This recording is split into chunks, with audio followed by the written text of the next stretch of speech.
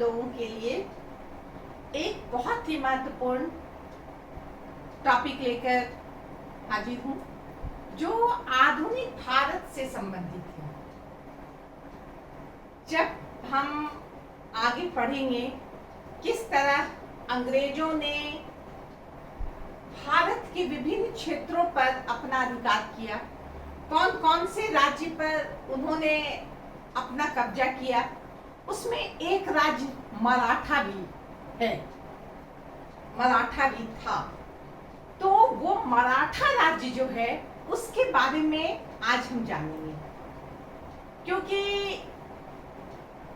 मराठा राज्य एक बहुत ही महत्वपूर्ण क्षेत्र था और इसलिए हम कह सकते हैं कि उस पर अंग्रेजों द्वारा आधिपत्य होना एक बहुत ही महत्वपूर्ण घटना थी। लेकिन आज हम ये जानेंगे, आज हमारा जो टॉपिक होगा वह होगा मराठों का उत्थान। हम ये जानेंगे कि मराठों का उत्थान कैसे हुआ। मराठों को राजपूत हम नहीं समझेंगे, राजपूत अलग थे, मराठे अलग थे। तो जैसा कि हम जानते हैं कि अगर हम भारत, दक्षिण भारत का ये क्षेत्र लें तो हम देखते हैं कि यहाँ पे महाराष्ट्र का राज्य है। तो महाराष्ट्र में हम क्या देखते हैं कि ये जो मराठा राज्य है इसमें कोंकण के क्षेत्र थे, कोंकण का क्षेत्र हुआ, बरार हुआ, खानदेश हुआ, नागपुर का क्षेत्र हुआ, निजाम के क्षेत्र का बहुत अधिक भाग हुआ, दक्षिणी क्षेत्र का बहुत अधिक भाग हुआ, बीदर इसके अंदर आया। तो इस तरह बहुत सारे क्षेत्रों को मिला करके ये महाराष्ट्र राज्य या मराठा राज्य बना था। यहाँ की जो भाषा थी वो प्राकृत महाराष्ट्र थी, बाद में मराठी हो गई। लेकिन ये जो क्षेत्र है मराठा राज्य, इसका उदय होना या इसका उत्कर्ष होना और भारत के इतिहास में अपना प्रमुख स्थान रखना बहुत ही महत्वपूर्ण है। लेकिन हम ये जो उत्थान हुआ इसका, मराठा का, यह कैसे हुआ यह भी जानना बहुत ही महत्वपूर्ण है। तो सबसे पहले हम बात करेंगे कि मैं जो ये आज का चैप्टर बताऊंगी बहुत ही संक्षेप में बताऊंगी, आप सिर्फ समझने पर ध्यान दीजिएगा। तो मराठों का जो उत्थान हुआ या उत्कर्ष हुआ उसके क्या कारण थे, आज इस पे चर्चा होगी, क्योंकि एक बहुत महत्वपूर्ण घटना है कि मराठों का उदय कैसे हुआ। हम जानते हैं कि मुगल साम्राज्य का आखिरी दौर चल रहा था और जैसा कि हम जानते हैं मुगलों की स्थिति धीरे धीरे कमजोर हो रही थी। बहुत सारे राज्य, छोटे छोटे राज्यों का निर्माण हो गया था। दक्षिण की तरफ मुगलों का जो कब्जा था वह थोड़ा कमजोर हो गया था। तो इसी समय बहुत सारी ऐसी परिस्थितियां पैदा हुई कि मराठा राज्य का उदय हुआ। जैसा कि मैंने बताया कि इस क्षेत्र में कोंकण का क्षेत्र, बीदर का क्षेत्र, खानदेश, नागपुर का क्षेत्र, दक्षिण भारत का बहुत अधिक क्षेत्र, निजाम का जो क्षेत्र है उसका बहुत अधिक क्षेत्र, इतना सारा क्षेत्र इसमें शामिल था। यानी एक बहुत बड़ा राज्य बना। कैसे बना? तो हम ये भी जानते हैं कि इस मराठों का उदय जो हुआ या जो मराठा राज्य का उदय हुआ उसमें सबसे अधिक अगर किसी को योगदान दिया जाता है तो वो है शिवाजी। लेकिन शिवाजी ने तो मराठा राज्य का निर्माण किया, उसकी नींव डाली, लेकिन ये मराठा राज्य जो उत्कर्ष या आगे तक बढ़ा उसके पीछे क्या कारण था? तो ये बहुत ही महत्वपूर्ण घटना। अक्सर सवाल आया करता है कि मराठों के उत्कर्ष के क्या कारण थे या मराठों के उदय के क्या कारण थे। तो इसमें आज इसी पे चर्चा होगी। सबसे पहले हम जानेंगे सबसे पहला जो कारण है वह प्राकृतिक संरचना। यहाँ की जो प्राकृतिक संरचना थी वह अलग थी। हम देखते हैं कि ये जो पश्चिमी घाट है वह जो पर्वत श्रृंखला है, काफी ऊंची पर्वत श्रृंखला है, बहुत ऊंचाई होने के कारण ये घाट मतलब एक गहराई भी है। साथ ही साथ हम देखेंगे जो पहाड़ है या पर्वत श्रृंखला है वह ऊंचाई के साथ साथ चौड़ी भी है। साथ ही साथ बहुत भयंकर जंगल भी है इसमें, भया मैंने बड़े बड़े पेड़ पर, कहने का अर्थ कि बहुत बीहड़ वन भी यहाँ पाए जाते हैं। तो ऐसी स्थिति में जल्दी लोग इस तरफ आना नहीं चाहते थे, उधर घुसना नहीं चाहते थे। उन्हें कुछ समझ में ही नहीं आता था भाई किधर पहाड़ है, कहाँ फंस जाएगी, किधर घाटी में फंस जाएगी। इसके लिए यह क्षेत्र हमेशा कहीं के लिए भी दुर्जय रहा, जल्दी उसको जीतना थोड़ा मुश्किल रहा, क्योंकि ये ऐसा क्षेत्र ही था। इसके कारण यहाँ के लोगों को सुविधा हुई। इन लोगों ने क्या किया, इन पर्वत श्रृंखलाओं पर बड़े बड़े दुर्गों का निर्माण किया। ये दुर्ग इनकी सुरक्षा के प्रतीक थे, इनकी शक्ति के प्रतीक थे, और साथ ही साथ जल्दी बाहर के लोग इन दुर्गों पे चढ़ाई नहीं कर सकते थे। और जो वन है, जो श्रृंखला, जो घाटी, उसके आधार पर यहाँ बाहर के लोग अपना प्रभाव नहीं दिखा सकते थे। तो यह एक बहुत बड़ी समस्या थी। साथ ही साथ हम क्या देखेंगे, सामाजिक संरचना। सामाजिक संरचना के अंतर्गत हम यह कहेंगे कि यहाँ पर मेल भाव बड़ा था। सामाजिक जो मेल भाव होता वो बहुत अच्छा था। बहुत अधिक भेदभाव, जाति पाति, छुआछूत, इसका अभाव था। इसका कारण बहुत सारा था। एक तो उनकी अपनी सोच, साथ ही साथ हम देखते हैं कि भक्ति आंदोलन का बहुत अधिक प्रभाव वहां पड़ा था, जिसके कारण आपसी जो संगठन है, आपसी जो एकता है, उसने भी मराठों के उदय को बहुत अधिक प्रभावित किया। इसके साथ साथ हम यह भी कह सकते हैं कि जो महिलाओं के प्रति जो सोच थी वह भी उच्च कोटि की थी, पर्दा प्रथा नहीं था। बहुत बार हम देखेंगे कि महिलाओं ने प्रत्यक्ष या अप्रत्यक्ष रूप से राजनीति में भाग लिया। मराठा शक्ति के उत्थान में उसका योगदान रहा।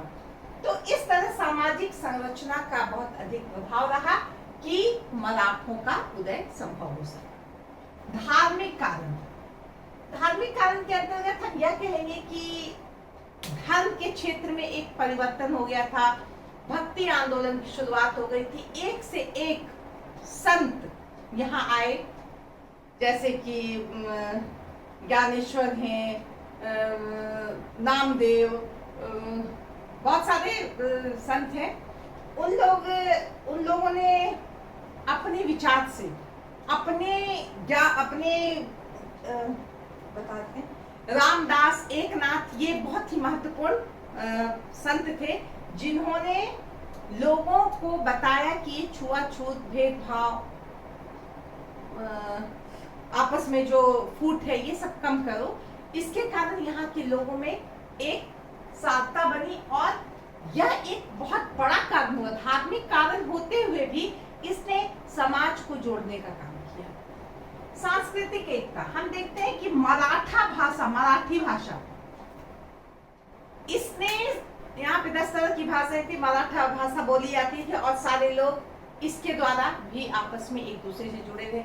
मराठा संगीत, मराठा गीत, मराठा साहित्य, मराठा कहानी, इनके द्वारा इन लोगों में आपस में कब एकता का और कब संगठन का जो ऊर्जा है वो आ गया, इन्हें पता ही नहीं चला।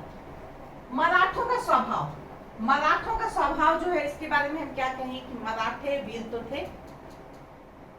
कहा ही जाता है कि एक इतिहासकार है ग्रांड महोदय, इन्होंने क्या कहा था, सह्याद्री पर्वत पर अग्नि से उत्पन्न हुए, ऐसा कहा गया था। कहने का अर्थ यह है कि मराठे जो है वीर होते थे, लेकिन वीर के साथ साथ इन्हें समय के अनुसार अपने आप को बदलने की शक्ति भी थी। ये राजपूत वंश जब हम पढ़ते थे, उसमें जो अहंकार, अहम की भावना होती थी, वो इनसे दूर थे, बल्कि जहां वो चाहते थे वो कूटनीति से भी काम कर लेते थे, जहां चाहते थे वीरता भी प्रदर्शित कर लेते थे, जहां चाहते थे वह अन्य कुछ की आवश्यकता है तो वहां पर उसका प्रयोग भी करके, अपना छल का भी प्रयोग करके वो अपना काम करते थे। और यह उन मराठों के उदय में एक बहुत बड़ी भूमिका निभाई। हिंदुत्व का प्रभाव, जैसा कि हम जानते हैं कि मुगल शासन था, मुगल शासकों के द्वारा, उससे पहले की बात करें तो सल्तनत शासकों के द्वारा जिस तरह दक्षिण पर विजय करने की कोशिश की गई थी और जिस तरह हिंदुओं पर अत्याचार किए गए थे, हिंदू मंदिर तोड़ दिए गए थे, हिंदुओं की भावनाओं को आहत किया गया था, उन सारे बातों से इन्हें बहुत इस बात पर वे आक्रोशित थे और उसके का एक परिणाम निकला कि ये आपस में संगठित होने लगे। यह एक बहुत बड़ा कारण था, आर्थिक कारण। हम देखते हैं कि अलाउद्दीन खिलजी के समय से ही जो है दक्षिण पर बार बार आक्रमण होता रहा, लूटने के लिए, अपने राज्य विस्तार के लिए, लेकिन उनका कुछ हो या ना हो, इन क्षेत्रों में बहुत अधिक हानि हुई, बहुत अधिक आर्थिक हानि हुई, जिसके कारण यहाँ पे धन की कमी हो गई थी। और क्योंकि धन तो बहुत जरूरी है ना, राष्ट्र के, राज्य के विकास के लिए, व्यक्ति के विकास के लिए, हर कदम पे धन की आवश्यकता है, अर्थ की आवश्यकता है। और ऐसे समय में जो आर्थिक स्थिति हो गई थी, उससे निपटने के लिए यह एक बहुत बड़ा कारण हुआ कि भाई हमें अपनी स्थिति को स्ट्रॉन्ग करनी है, हमें अपनी आर्थिक स्थिति को मजबूत करनी है। और इसके कारण भी यह भी एक बहुत बड़ा कारण बना मराठों के उत्कर्ष का। दक्षिण के दुर्बल राज्य हम क्या देखते हैं, गोलकुंडा और निजाम, ये दो राज्य थे जो बहुत मजबूत थे कभी, लेकिन यहाँ तक आते आते इनमें भी बहुत सारी कमियां आ गई थी। बहुत सारे उत्तराधिकारी, योग्य उत्तराधिकारी नहीं थे, आपस में इतना कलह, इतना षड्यंत्र होने के कारण ये गोलकुंडा के निजाम हो या गोलकुंडा के हो या बीजापुर के हो, ये सारे सुल्तान कमजोर हो गए थे। इनकी सल्तनत जो है यह अब वो नहीं रही थी, जिसका फायदा मराठे जो नेतृत्व थे, मराठी नेता जो थे, उसने उठाया। और यह भी एक बहुत बड़ा कारण रहा कि मराठी राज्य का जो है वह उदय हुआ। साथ ही साथ हम देखते हैं कि विजयनगर साम्राज्य जो एक हिंदू साम्राज्य था, जो एक बहुत ही उत्कृष्ट साम्राज्य के रूप में हम देखते हैं, लेकिन उसकी भी जो बर्बादी हो गई, बहुत सारे ये गोलकुंडा हो या बीजापुर हो, साथ ही साथ मुगल साम्राज्य का जो मुगल साम्राज्य के द्वारा जिस तरह विजयनगर साम्राज्य को बर्बाद कर दिया गया हिंदू साम्राज्य को देखने होते हुए, यह भी इन मराठों को बहुत माने एक सबक देने वाली बात थी कि किस तरह एक हिंदू राज्य, एक इतना अच्छा राज्य किस तरह से इनके हाथों बर्बाद हो गया। तो इन सब कारणों का प्रभाव ये पड़ा कि मराठों का उदय हुआ, इन्हें संगठित होने का मौका मिला और एक राज्य का निर्माण करने का इन्हें मौका मिला। शिवाजी का उत्कर्ष, जैसा कि हमने बताया कि सबसे पहले कहा जाएगा मराठों का उदय का कारण क्या है, तो शिवाजी का उत्कर्ष। सही बात है, एक ऐसा नेतृत्व जिसने बहुत सारी समस्याओं, बहुत सारी बाधाओं, विघ्नों को दूर करके एक मराठा राज्य का निर्माण किया, नींव रखा, वह शिवाजी। और इसे ही अगर हम कहें तो मराठा राज्य का सबसे बड़ा कारण कहा जाता निर्माण के लिए, मराठा राज्य के निर्माण के लिए शिवाजी की जो भूमिका वो बहुत ही महत्वपूर्ण है। किस तरह शिवाजी ने अपने उत्कृष्ट नेतृत्व से इतने बड़े मराठे राज्य की स्थापना की, जो बड़ा होता गया। और हम देखेंगे कि आगे इसकी क्या हुई, क्या इसकी मतलब इसकी स्थिति क्या हुई। लेकिन अगर हम बात करें तो शिवाजी के साथ जो उनको सहयोगी थे, उनका भी बहुत अधिक महत्व था, जिसमें मोदी पिंगले, अन्नाजी दातो, नीराजी, रावजी, आवाजी सोनदेव, मुरारजी, प्रताप राव गुर्जर, निम्बलकर, फिरंगाजी नक्सल, ये जितने भी थे इनके सहयोगी थे। और इनके सहयोग से शिवाजी ने मराठा राज्य की नींव रखी, जो भारत के इतिहास में एक महत्वपूर्ण घटना थी। तो इसके साथ ही हम यह चैप्टर यहाँ समाप्त करते हैं। धन्यवाद।